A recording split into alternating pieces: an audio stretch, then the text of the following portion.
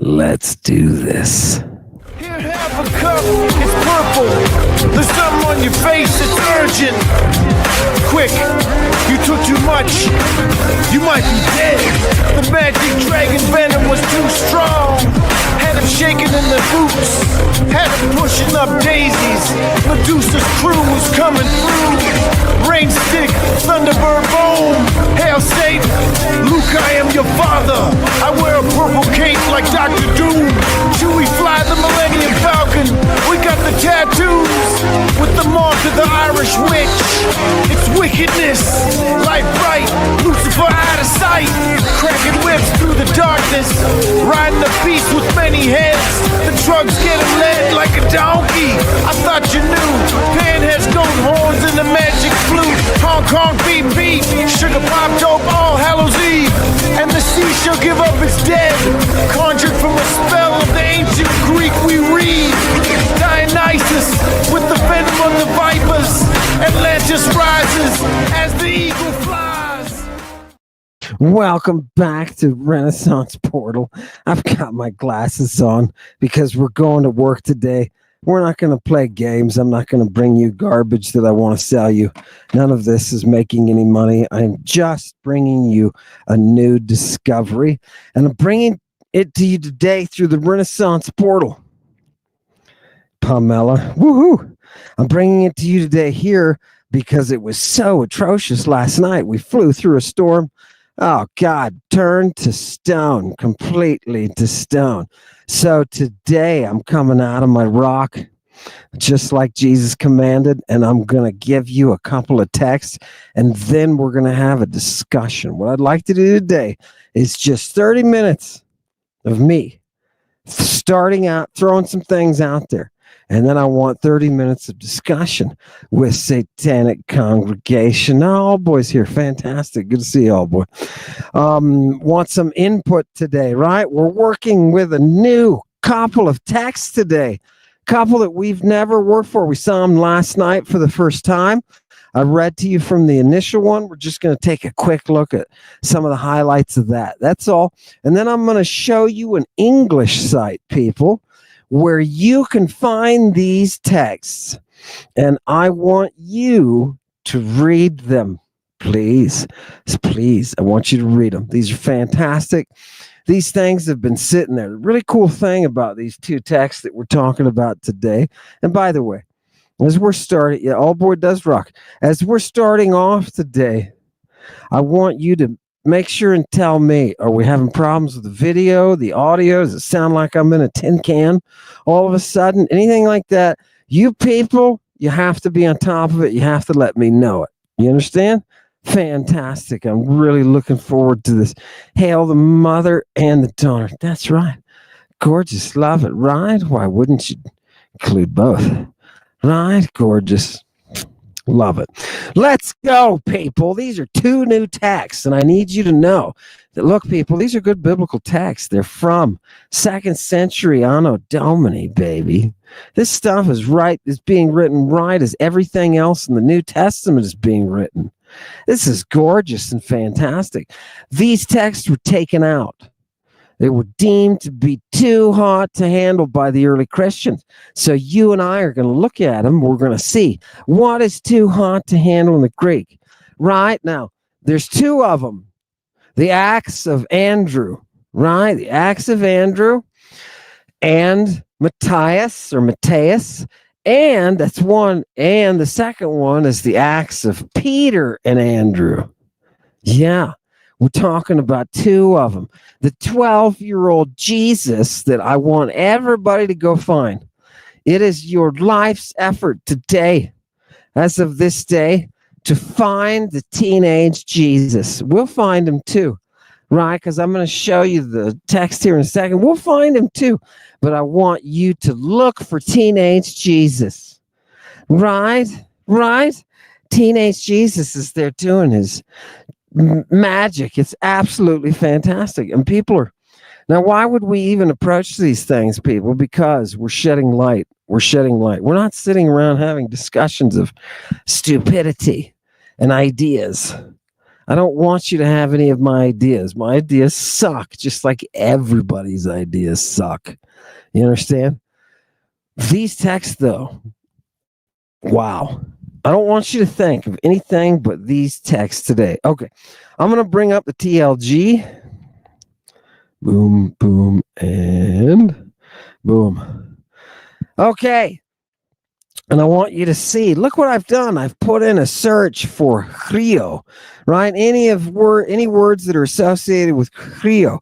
And I want you to see here that we've got the acts of Andrew and Matthias here at the top, number one, right? We scroll down to the bottom, all the references to Christ. You're going to see at the very bottom, oops, another acts of Andrew. There's a lot of mention of the Christing and the drugs. It's all in there. But I want you just to look over these, people. Look over these, right? Wow, neat. So many. Okay, now, if I switch this, does it go to them? No, I got to stop and reshare. Here you go, people. Are you ready? Boom, and boom, and boom.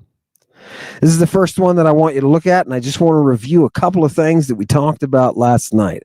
So you could have been totally absent last night, and I will fill in the blanks for you. I'm not rehashing it all. Look at the top, the title, the acts of Andrew and Matthias, right? In the city of the Anthropophagon, in the city of the human eaters, right? And there was just a few, as we started this passage, there was just a few things that I wanted to point out to you. Look here at the bottom, and I want you to see, look at the word that I'm highlighting, pharmacon. Pharmacon. Great. Look at the drug I'm highlighting, people. Pharmacon. Look at that. Look at the difference between those accents. Right? Okay. So look at this one, people. Look at this one. Pharmacon. The accent's over the alpha. First alpha, right? Pharmacon. 3 syllables over the first. That's where that accent wants to be. The problem is, if you get any longer vowels following it, look at the final vowel here. It's an omicron upsilon. That's a diphthong. That's heavier. So what does it do? Look what happened to the accent. It dragged the accent away from that third from ending position, right? The antepenult. It dragged it to the penult. My God, man. There's gorgeous music in these words that you can't even see, dog. You can't even see it. Look at the drugs, people. Here's another one, pharmacon. Look, it's in the first paragraph, pharmacon. Wow, drugs in the Bible. Here's another one, pharmakeia. Right, what is pharmakeia? Oh, you know what we can do? We can just click on it here, and I'll bring it up. I'll probably have to stop sharing and reshare, but that's okay. That's okay. Watch this, people. Boom. Nice. You'd think that in this day and age, these kind of conveniences would be kind of, not new to us, but to me, it's new here at Lady Babylon. Look at this. Pharmakeia. The use of drugs, especially purgatives. Why did they say that? Those knuckleheads, why they throw that? Because they've read the Hippocratic aphorisms and everything else, and they know how common purgative drugs are. Generally, the use of any kind of drugs. Now, remember, people, you and I are reading this about antiquity, and people are still debating whether or not they actually used drugs in antiquity. Morons. These are scholars that are doing this, and they're morons. Potions or spells, poisoning or witchcraft, then just a remedy, right? Some kind of remedy. So there you go. That's exactly what pharmakeia are. Pharmakeia. How much drugs are in this first passage? Oh, God, it's a lot. It's a lot, bro. Huh? Boom, boom, boom. Here we go. There's pharmakeia again, and I want you to notice I'm going to highlight mageia. Mageia, what is that? That is, well, let's figure it out. It's magic, people. You mean this is a book about Jesus? You mean this is a book about Jesus, and it's all sorts of magic and drugs right up from the beginning. So tell me something, people. Now I want to engage you. This is the difference between Renaissance Portal and Lady Babylon initiating apocalypse. Is that when we initiate apocalypse, I can't reach out and touch your souls, but I can here at Renaissance Portal. Okay, people? So you've seen it. That's a Bible book. Granted, it's a banned Bible book. I mean, the book banners are the Christians, right? They ban their own books. The first books they ever banned were their own, right? To establish a canon, right? Oh, those rascals. They're so full of shite, right? So this is one of the books. This is one of the first ones to get banned. They were like, nope, absolutely not. This one's got too much rope-a-dope, baby. And if we stick the company's insecticide into that roach-ridden apartment, that dude is going to go nuts. He's going to give us some kind of cosmic puke problem, and none of us want that. Do you understand? I love it. Let's look, people. Do you see this Bible? This book, this thing has drugs all over it. All over it. All over it. It's a book of the Bible full of drugs and boys and a Sphinx. People, well, I had a question for you. Damn it. I'll have to continue. I'll ask you I had a really good question for you there to interact with. Oh, here you go. Right, exactly. Boom. Like they burnt the library of Carthage. How many libraries? This is a question, a side assignment for all of you nerds interested in preserving these texts and this data. How many libraries did the Christians burn? Don't say Christians, just say monists, right? Because it's not just Christians, right? Who did the monists burn? I mean, there's some sects of Christianity that most Christians don't consider Christians, right? So there's a lot of confusion. The monist sects that are running around burning down libraries in the name of Jesus, those people, right? How many libraries did they burn? That's what we need to know. I know for a fact you can look in Galen, and Galen complains. He complains about the burning of the libraries. What the hell, right? And everybody says, oh, Galen loved Christianity. Yeah, sure he did. Right? Right? Exactly. Okay. Let's do a little bit. Oh, look. Look, Teddy's here. Hey, Teddy. How you doing? How you doing, Teddy? Fantastic. Okay. Let's go back to the text, and then we'll generate another question that I can come up with for you guys, right? Fantastic. Okay.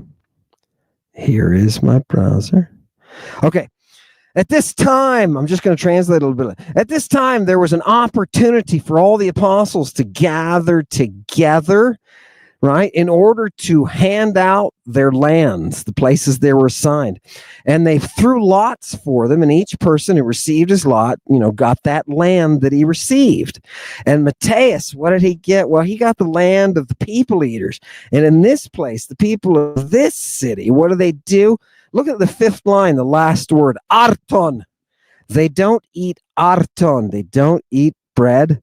Ute oinon, nor do they epinon oinon. They don't drink oinon. They don't drink wine. Isn't that gorgeous, people? Look at the word for wine. Oinos, it's gorgeous. But they were what? They were eating estiontes. People, I want you to help me translate this.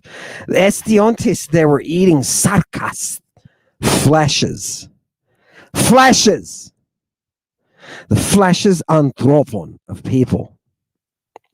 And they were drinking pinotes tohaima and drinking their blood. Okay.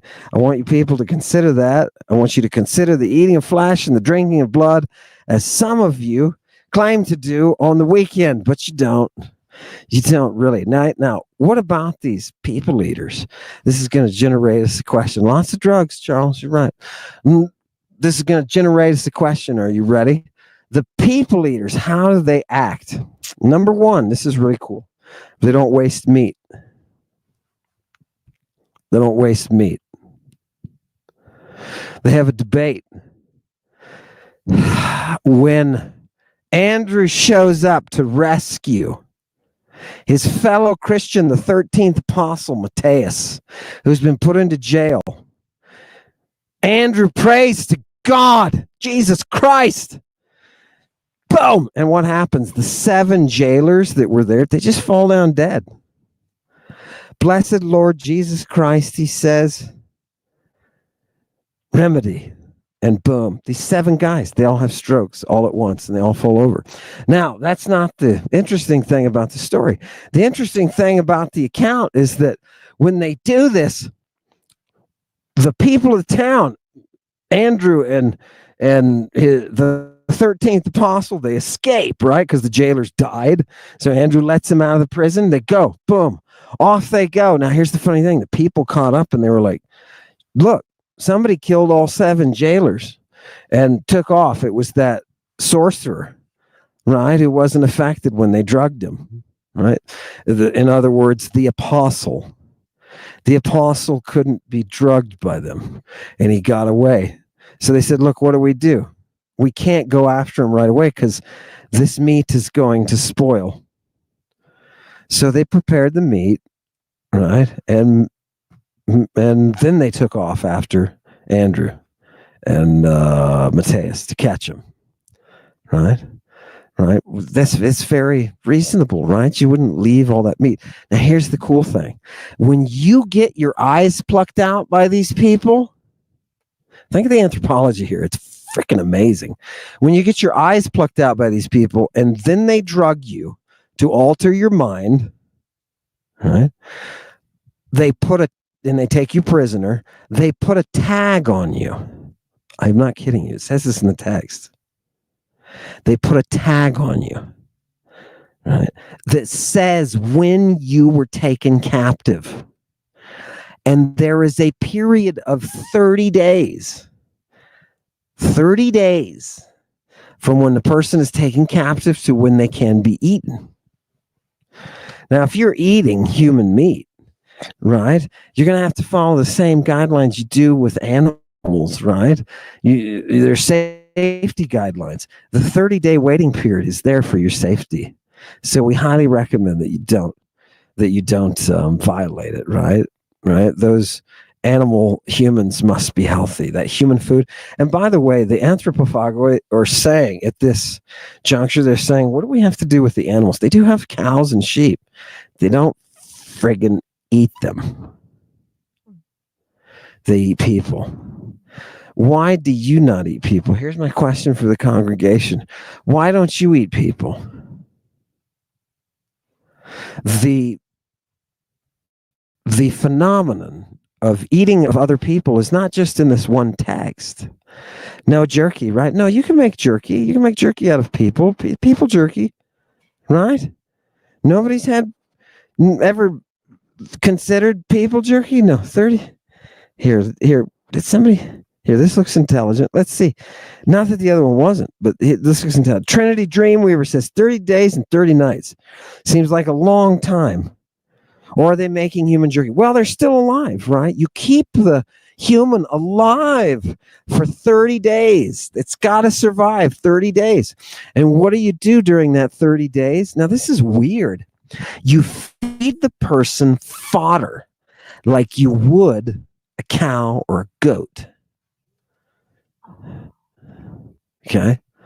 What does that do to the meat for 30 days? It does something. And remember, you're drugging them at the very same time, because as soon as your drugs wear off, those people are going to run away. Right? As long as those drugs are working, you're going to be able to keep them right there, pinned in. Just like, does anybody know? Does anybody know who else did this? Rhymes with Bercy, right? Circe. This is the processing of people. Now, you can use these people as slaves, sexual slaves. You can use them as meat. But this group of people, and they're not the only ones, because up on the Black Sea, yes, Carrie, it does make sense, doesn't it? Up on the Black Sea, there are groups, tribes of women who do the same thing. They do the same thing. As a matter of fact, they call Artemis in Greek. All right, you saw that passage last night. It was talking about Artemis, the huntress, being the huntress of people. Just like the other Amazonian people eaters. Think of that. Think of hungry, sexy, military-trained, horse-riding, poison-wielding, arrow-shooting, human-eating ladies. Where are these human-eating ladies? Can you imagine? What would you do? Right? What would you do if you were to sit down So I'm doing it. These women are dangerous. Wouldn't that be dangerous? Imagine if you had a group of women whose sole diet was humanity. And get this, they drug animals and they turned them into companions. Do you remember Eve and Adam in the garden? Do you want to know? Do you know there's other gospels of that, right? There's other revelations. There's the apocalypse of Moses, right? There's Moses's vision of Adam and Eve, right? And what do you think they're doing? They're working with the animals, no different way than Circe is, right? People don't see the anthropology. The person that was writing about that when they wrote the Moses apocalypse, the person that was writing that had an understanding of Bronze Age antiquity through the Greek gymnasium. That's where they got it. Remember, where's everybody being educated? I showed you the gymnasium. If you're a Jew living in either Palestine or in Egypt, what do you do with your children in order to educate them? If you've got the money, you send them to the gymnasia where they are educated. And that's people, that's standard. That is standard. Fantastic. It's gorgeous. Right? Ooh, Alchemist Apocalypse. I like that. I don't know what that is, but I like it. Right? Who said that? Right. Now, people, what are you going to do? What are you going to do with these people eaters, right? You got 30 days, you've been drugged, and they're doing something to you metabolically to get your meat to be the way that they really like it, right? And they've got you pinned in doing it. Well, if you're a follower of Jesus, you can summon Jesus, and Jesus is going to appear in the form of a 12-year-old boy. I want you to see this. Okay. Go to this source, people. I'm going to share my screen with you. Boom. Okay. The Ante-Nicene Fathers. Right? Excellent. With the Apocrypha. The Acts of Andrew. Right? Fantastic. Here's the Acts of Andrew. Oh, isn't it gorgeous? And look at how people, remember last night I told you, what is Jesus trying to show the people? He's trying to show them the tupos, the type, the image, the impression of Uranos. Do you know how these people translated that? They translated that as the sign of the cross. Is that a crime? Think about that for a minute. The type or impression of Uranos was translated to the sign of the cross. Neither of those words are in that or in the Greek. Do you see how that's theology busting in, trying to tell you which way is what? Right? Okay, good. I want you to see this very last line because everybody will question me on this. And digging, they thrust out his eyes and gave him a drug to drink, prepared by sorcery and magic. Now, we just read those lines. We just looked at them. You notice the pharmacon is translated as sorcery, and it kicks off the meaning. Let me show you what I mean. What the hell is the difference between sorcery and magic in modern English vocabulary? Yeah, you go ahead and you try to come up with a difference, right? What are the differences here? In the Greek, the sorcery is the art of drugs, and the magic is the sorcery.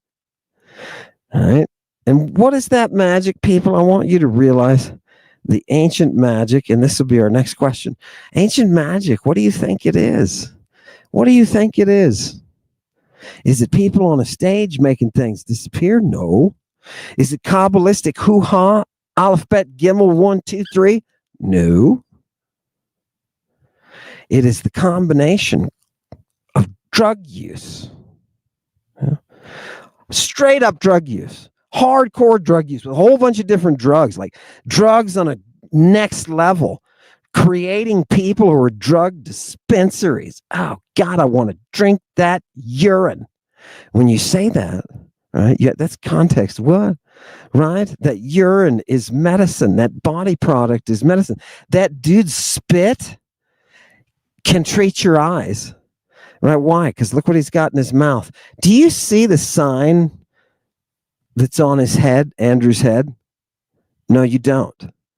Because you don't even know what that is. You think it's like, no, it's a drug put on his head.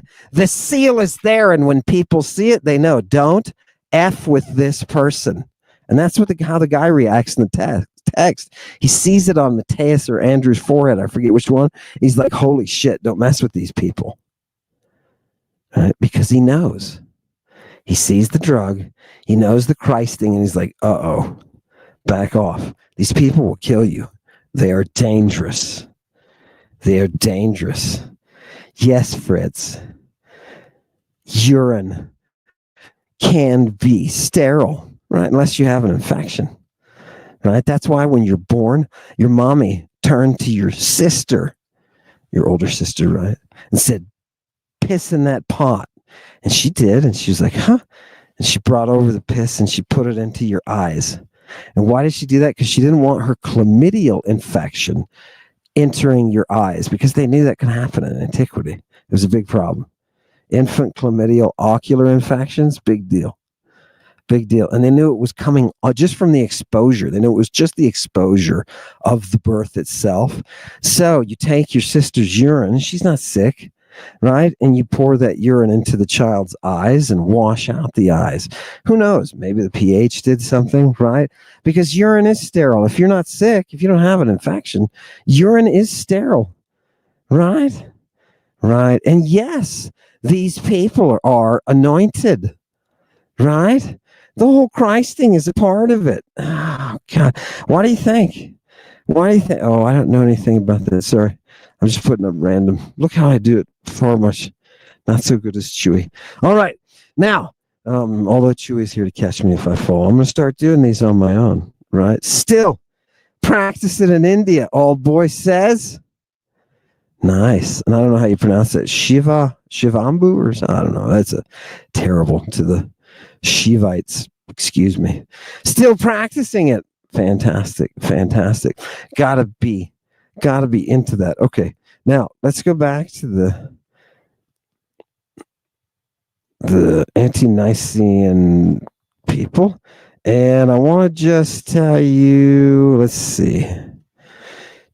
There. I want you to focus on this, because people think, right? This has been my life's work, is bringing people information to show them this very point. And here, come to find out, it's just written straight up in the Bible, right? All these Bible scholars give me a hard time about drugs and Christ being a drug. Look, people, the drug, right? From drinking the drug, his heart was altered and his mind deranged. These are mind-altering drugs. Does anybody here, Lady Babylon, fourth question, does anybody here have any doubt? Let them speak now or forever hold their peace. Does anybody have any doubt that we are using mind-altering drugs in antiquity? Let me ask you now. Does anybody have any doubt? I'm going to look for it. Say mind-using drugs? No, if you believe that they weren't. Right? Which you're going to have to deny the evidence is sitting right in front of you. Oh, this is kind of curious. Alvin is more of a biblical scholar than those clowns. I like that. I don't consider myself a biblical scholar. I consider myself a classical philologist. But now that you say it, Midnight Moksha, I think that may be accurate. It's kind of sad because I'm not, but it is kind of sad. Yeah. What about this? No, this, look. Boom. Oh, I missed it. Those are misfires, people. Somebody told me they had no doubt. Right. Greek was first. Right. Here's somebody. Fantastic. No doubts. All right. I'm telling you, speak up. If you think, please, now is your chance. Almond is going to give you one opportunity. Thank you, Mr. Badger. Or Mrs. Badger. I didn't see the first name. No doubt. Look, people have no doubt. People, what are people saying here? If you're a monist, if you love Jesus, maybe you love Yahoo. If you love any of the monist divinities and you're sitting there, Next time, maybe you go to church, maybe it strikes you in your mind. Did they use drugs in the ancient world? Did the Christians use drugs? Here is an entire work based on the premise that the Christians are using drugs. Not only, it's not just based on a premise, it's openly stated in the beginning. Everybody just saw it in an English translation that was not mine. Do you see it? Drugs, drugs, drugs, drugs, drugs, drugs, and they are mind-altering drugs. The apostles have and used and spread the use of mind-altering drugs. Can any monist out there tell me otherwise? Yeah, pharmacon, Valerie, I agree. Can anyone, please? Whether you're a Bible scholar, maybe there's a Bible scholar in the audience, whether you're just a believing believer, a faith-based faither who faiths his family and his wife and produces faith children and faiths those children. Any of you with faith want to come out? Did anybody find any? No. Why are there no challengers ever? Because people, I just showed you evidence, straight up evidence of drug use by Christians. You're going to be surprised when you see Jesus getting into it. People, next question. Next question. Is it wrong that Jesus turned into a teenage boy? And you're going to tell me, oh, Amen, you're so full of whatever it is that you're full of, which personally I call questionable, that you don't know what's going on. You're making up 12-year-old boys. Now, are you ready? Are you ready, people? You may now release your body fluids. And after he had said this, the Savior appeared in the form of a child of 12 years old, wearing a linen garment. Would you be surprised? I had to check that. No, it's bandages. It's a different kind, but it's bandages still.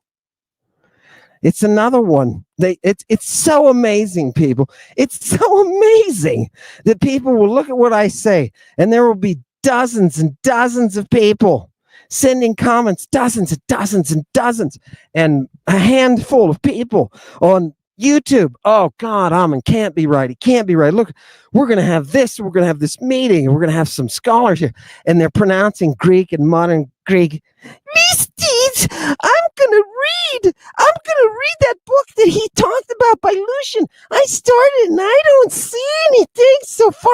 Listen to you, you amateur pricks.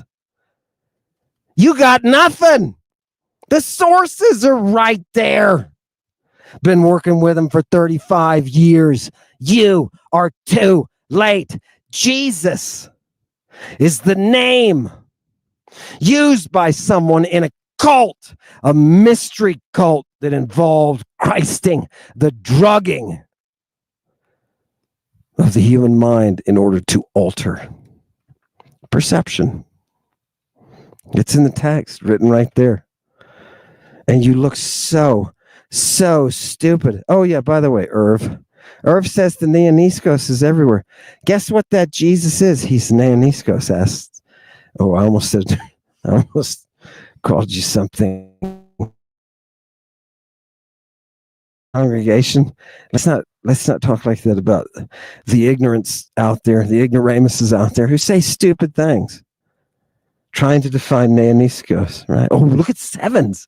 Look at sevens. It's fantastic. What do they call each other in these texts, these kids? They go back and forth. Hey, Neoniske, hey, Neoniske, hey, Neoniske. The dude is 12. 12. It says 12. People, one more time, just so you can see it. Right? All of these people making their stupid arguments trying to defend Jesus, the guy arrested with a naked kid in a public park, the guy who is the most into drugs, mind-altering drugs. After he had said this, the Savior appeared in the form of a child, 12 years old. 12. It says 12.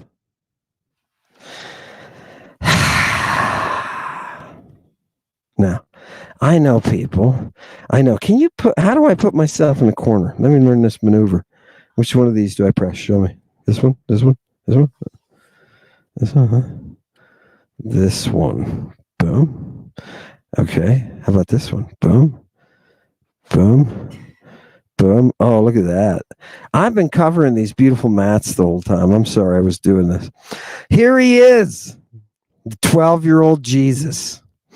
We put a crown of thorns on him just so you would recognize him. You remember when Mateus is sitting there with his tag on that says, "Eat me on day 30"? Jesus appears to him. He says, "What's wrong?" He says, Mateus says, "They're going to eat me." He says, "No, they're not going to eat you.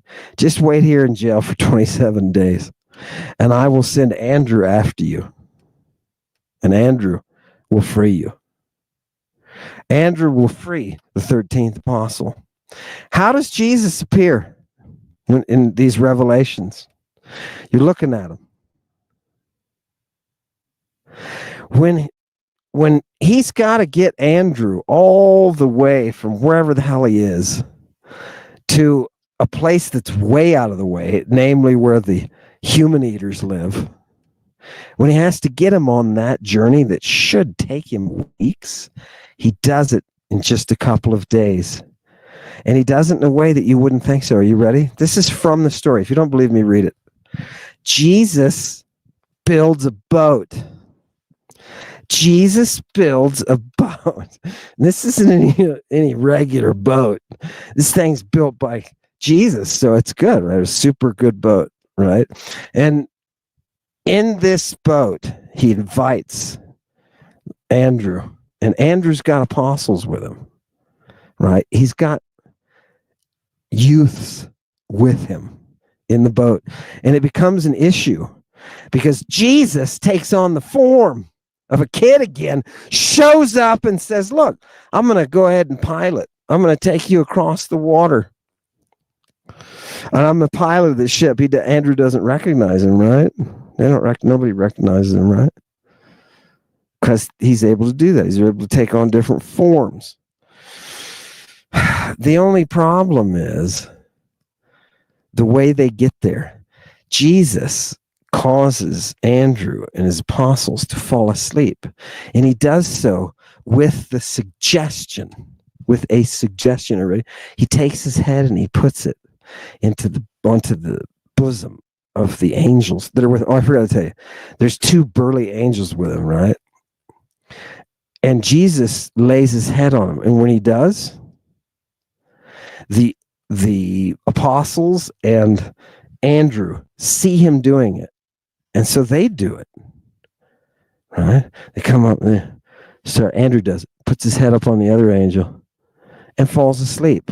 So Jesus, when all the kids fall asleep, right? Which at this point you're like, dude, what was in the stuff that they gave him when they got on the boat? Because when Jesus got them on the boat, he had the angels go down into the hold and bring up some food, right? Some drink. And immediately everybody gets tired. Jesus does his thing, and they're like, okay. They do their thing, and you know what happens? This is creepy. The angels touch them. The angels touch them and move them through time and space to their location. Now, for those of you who are interested in science fiction, that's a very interesting kind of depiction. It's very science fiction. It's like Lucian's, battle on the moon kind of thing. But for those of you who are looking at it anthropologically, and those are the people I want to ask the question of, what kind of practice is this? What kind of practice, right? He touched me. He touched me, oh, he touched me, and oh, the joy that floods my soul. Something happened, and now I know he touched me, and he did what? I don't know, but I ended up in a different place. And a lot of the times when they're on these ships doing this touching with the angels, the kids are naked, right? You see it in the Bible when Jesus appears on the shore in Acts, and the apostles are like, what do we do? And they're in a ship, right? They have to put their clothes on to dive into the water. It doesn't make no sense, right? When you take them off to dive in the water? No. They were on the boat naked, and they had to put their clothes on to then go talk to Jesus, who's on the shore, right? Right? Dirty angels. Have we seen any dirty angels anywhere else? 333. Have we seen them? Goddamn dirty angels. Isn't that from a movie? Right? Somebody, what's that from? Right? It wasn't angels, it was something else. Why are these? Have we seen any other dirty angels, people? Have we seen any other dirty angels? Of course we have. You're going to see a lot of dirty angels. Right? When I say dirty, I'm just talking sex, right? Angels love. They love it. Those fallen angels, what's the first thing they did? They went after the daughters of men, right? And don't think for a minute, oh, they don't have parts, right? There's all sorts of stories. Oh, angels don't copulate. Really? Where'd the giants come from? Did people notice, by the way, we had the giants in this story as well? Did you notice the giants were there? Who are they? There's these people with drug knowledge, people. There's these people with advanced technical knowledge. Yeah, that allows them to do what they do. It's fantastic. Love the giants. It's not what you think. See, people watch these shows. There's all sorts of shows on YouTube about, what are they called? Oh, the Nephilim and the, right? That's not even in the language that the Bible was written in. That's in Hebrew, right? So why should it matter? If you, as a monist, are going to take the Greek words impression of Uranos and turn them into sign of the cross, you're also going to take Greek words and you're going to say, this is Hebrew originally. And it originally meant this. Oh, it's Messiah. Christ is a Messiah. No, it's not. Messias is a Messiah. It's in Greek. This Christ is a totally different definition. Was the one they're calling the Christ, the Messiah? Yes, but Christing is not. Christing is not anything but the application of drugs. God. There's some good Christ too, right? When you get access, maybe sometime in the future, look at the imperial libraries, the Romans, right? Look at who's in them. Look at the people who are working with, for example, Marcus Aurelius. This guy has around him Galen and a dude named Herodian. Galen's not only the best physician on the planet, arguably the best physician in history, right? But Herodian is arguably the best grammarian in history. And he's working, both of them are working in this intellectual circle around people like Marcus Aurelius. We are shaping culture and society in Greek, not in Latin. They're not doing it in Latin. They're doing it in Greek. Are they doing it in Hebrew? No, they're not. There's no Hebrew whatsoever. I was telling somebody today, there is no Hebrew that you're going to find. If you were able to find Hebrew works that survive from any of the time that, say, people pretend that Isaiah and Ezekiel lived, right? Good for you, Matthew, with your vision of Aphrodite. If you're going to look at Isaiah and say, look at the time Isaiah lived, how much Hebrew is there from that century? Would you be surprised if I said there's just a few dozen Hebrew works of literature that are contemporary with Isaiah? That would bother you. You'd be like, wait a minute. He's not the only dude writing at the time in Hebrew, right? We certainly have others. And I were to tell you, oh, yeah, there's dozens. Maybe I tell you, oh, there's 545. You would say, okay, that's not a shit ton. Because with the Greek, there's thousands, right? There's thousands and thousands. They think there's 150,000 at the height of the Alexandrian library. That's what they guesstimate. 150,000. Surely there's 50 in Hebrew. There's 50 ancient words in Hebrew. Nope. 20? Nope. 10? No. What's the number? 0. There is no Hebrew medicine. There is no Hebrew epic. There is no Hebrew drama. There is no Hebrew comedy. There's no Hebrew history. There is no Hebrew literature in antiquity. And people tell me, oh God, that's a terrible thing to say. No, it's not. There's no Oscan. Have you read an Oscan epic lately? How about an Oscan history? How about an Oscan book of aphorisms? How about an Oscan philosophy work? No, there's no Oscan philosophy, just like there's no Hebrew philosophy. Philosophy is a Greek fucking word. All of these genres are Greek. The Romans, they copied the Greek literature. They tried to make their own based on the Greek. They were so pissy about it. They said, we at least have one genre, and that's satire. And that wasn't even theirs, but they thought it was. Right? And we have a shit ton of Latin. We have no Hebrew. Do you understand? You have been lied to. None of these texts is written in Hebrew. The only time we get Hebrew is with a collection of fragments that have Greek originals with them that they were copying into Hebrew. It is red-handed. The Dead Sea Scrolls are red-handed evidence that Hebrew by the 1st century is dead. Yeah, it is.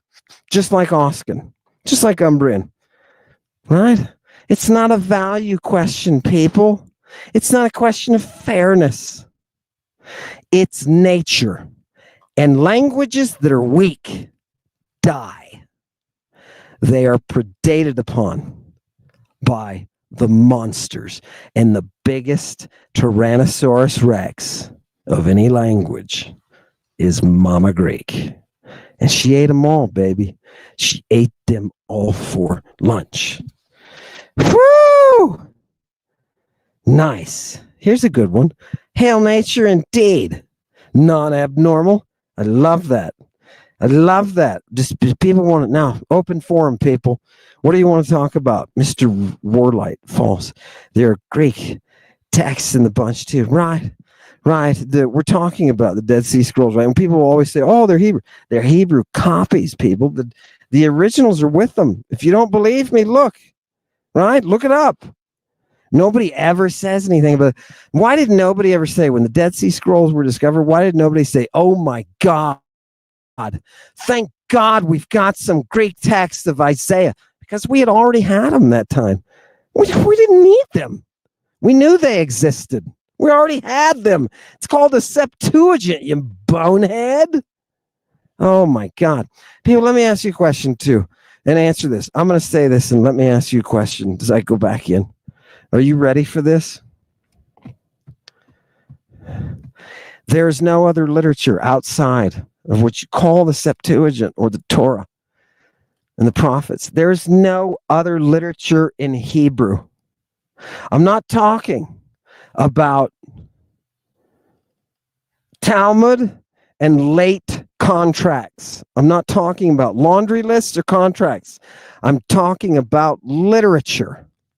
Now, one form of literature that all cultures produce, whose languages become advanced enough to develop a technical vocabulary, all of those languages produce medical literature. For example, you can go way back to the Middle Eastern stuff. You look at drugs. You can go to the Egyptian Ebers Papyrus and you can look at their primitive, kind of laughable medicine.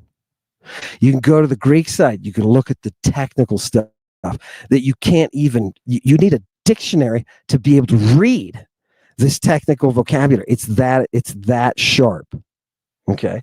And it's not just medicine, people, right? So what am I saying? You got some in the Middle East. You've got some in Egypt. You've got a giant cache in Greece. You've got a whole bunch of stuff in Latin, right? But you don't have medicine or pharmacology in Hebrew. You don't have it. You have references. The closest you can get is in Dioscorides to references to drug combos that are given Hebrew authority. In other words, he says the Hebrews call it this, right? The Magi call this drug this, the Hebrews call it this.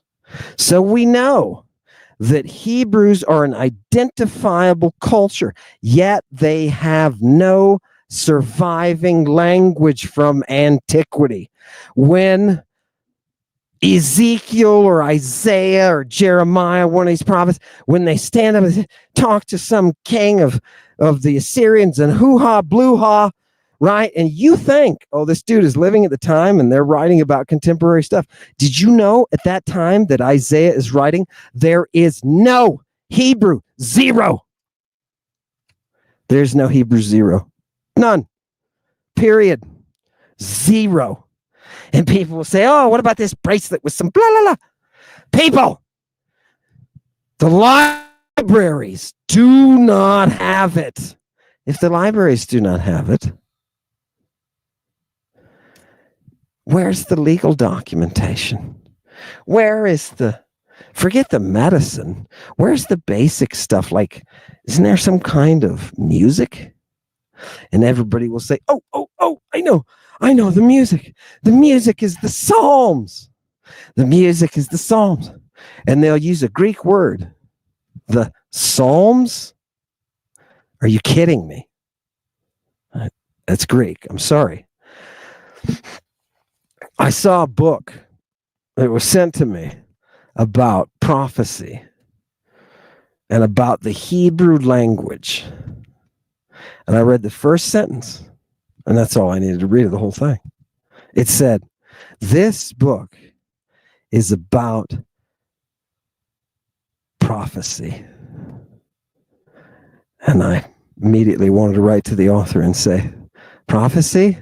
What language is prophecy? Because that's a Greek term. Yeah. Do you want to know why prophecy is a Greek word? Do you want to know why synagogue is a Greek word? Do you want to know why every word associated with your monism is a Greek word? It's because you have reproduced Greek religion and surrounded it with a wall that is a lie, a linguistic lie, that it comes from another language called Hebrew. And it doesn't. It comes from Greek. All right.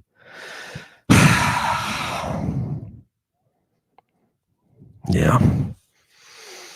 It's disappointing to people when they find out that it's a big scam, right? Why is it? Exactly a Greek term, right? What are some of the others? Right? We talked about Hebrew medicine, right? Where do we get the word medicine from? It's a Roman word, right? From medeor, right? Or medicus. A medicus is a doctor. What does a medicus do, right?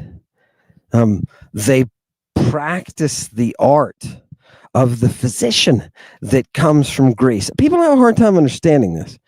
Galen, just take Galen. Galen is the physician to Marcus Aurelius, the Roman emperor, right? You'd think he would have been trained in Rome. Where did he go to medical school? Is there a medical school in Rome? Not a good one. Where do you have to go? You have to go east to the Greeks. Pergamum, at the time of Galen, had an outstanding, stellar reputation for its medical school. What do you think they spoke? Where's Pergamum? It's in Asia Minor or Turkey. They call it, what is it, modern Turkish Bergama or something like that? Bergama. Yeah. And why didn't Galen go to Rome? Because that's not where the language had achieved the level of sophistication to be able to create a school around itself. The only reason you get philosophy in the world, ask this question, I'll ask this one, and I'm going to look at your responses and I want somebody to respond. Why is philosophy a Greek term? Aren't all cultures and peoples created equal? Shouldn't philosophy have come from every corner of the planet? Shouldn't it be something just naturally? Why is the word a Greek word? Yeah. Now, I want you to take that and I want you to think even further about education. How much do you think Louis Gall-Zagase was educating his people? How much do you think Sennacherib was educating his people? How much do you think the Persians educated their people? Right? The Magi are totally different. Right? They used the Magi. That's different. Did they have a native Persian form of gymnasium? No. That's why they didn't develop philosophy, people. That's why their militaries are ruled by tyrants. Right? Do you understand? That's why they did not come up with democracy. Democracy. Okay? The history of the human population is a history of language. And you will live in a delusion until you come to an understanding of what the most beautiful language, was able to do in the world. Oh, she's so sexy. Okay, people, give me some of your point now. Don't touch this, Jew. I'm gonna give people the. Somebody tried to say Heraclitus. Heraclitus was he was Persian. No, he wasn't. Right? Look what people do. Just from that statement, somebody had to try to steal in the chat. Tried to steal Heraclitus, make him a Persian. I don't care where Pythagoras worked in Persia too, right? In Egypt, didn't make him Egyptian or Persian, right? Right? Heraclitus, my God, man. There is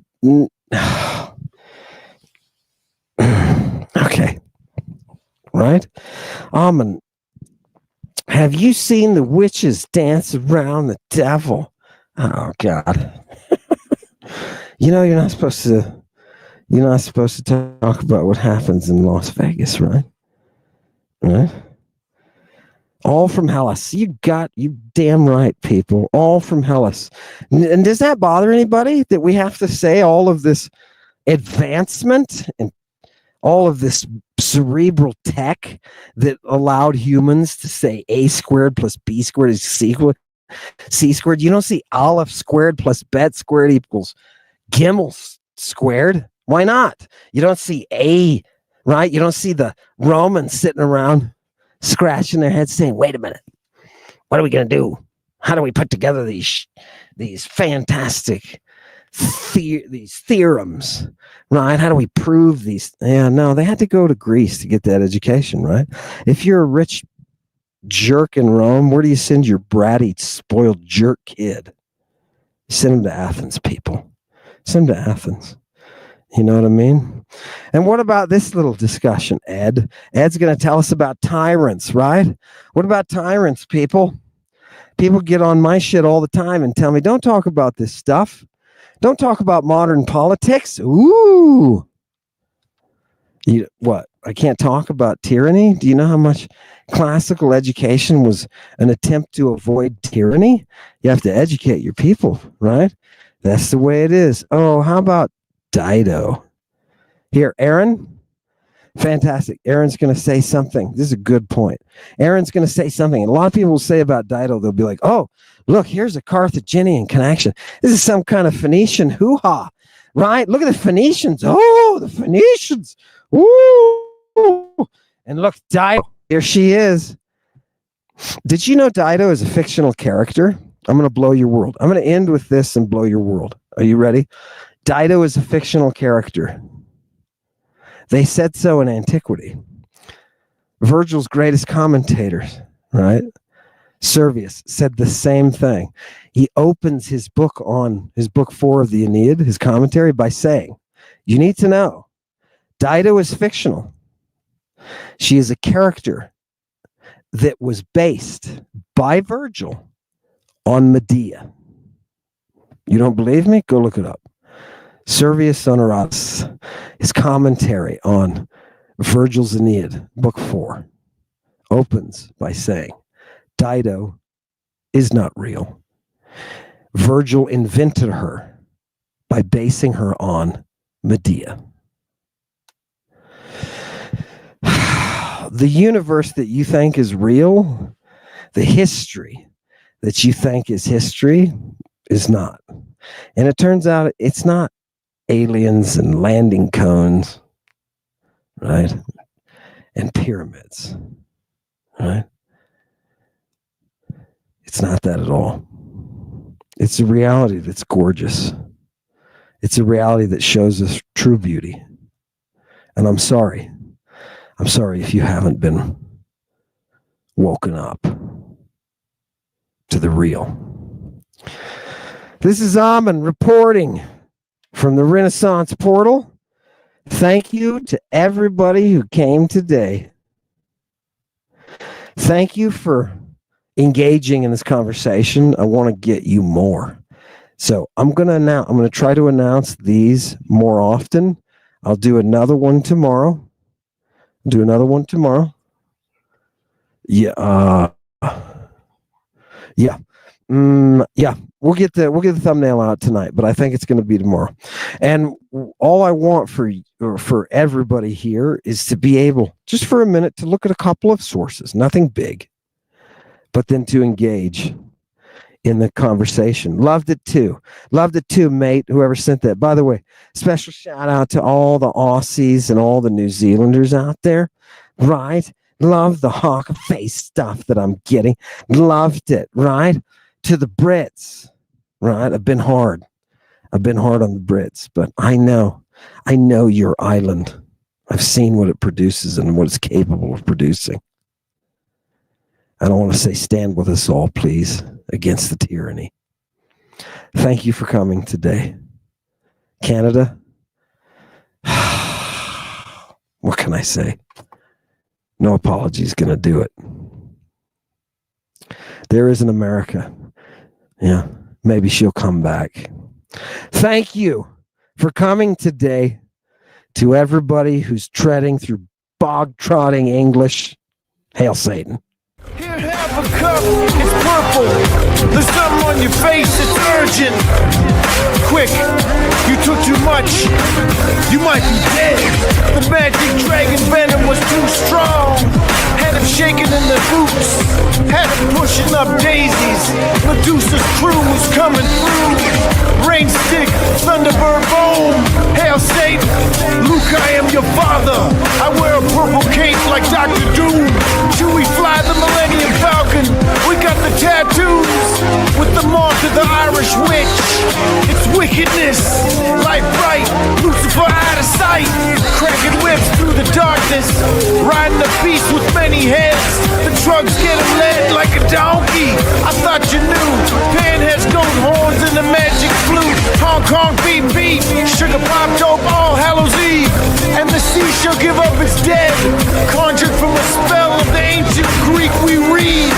Dionysus with the venom of the vipers.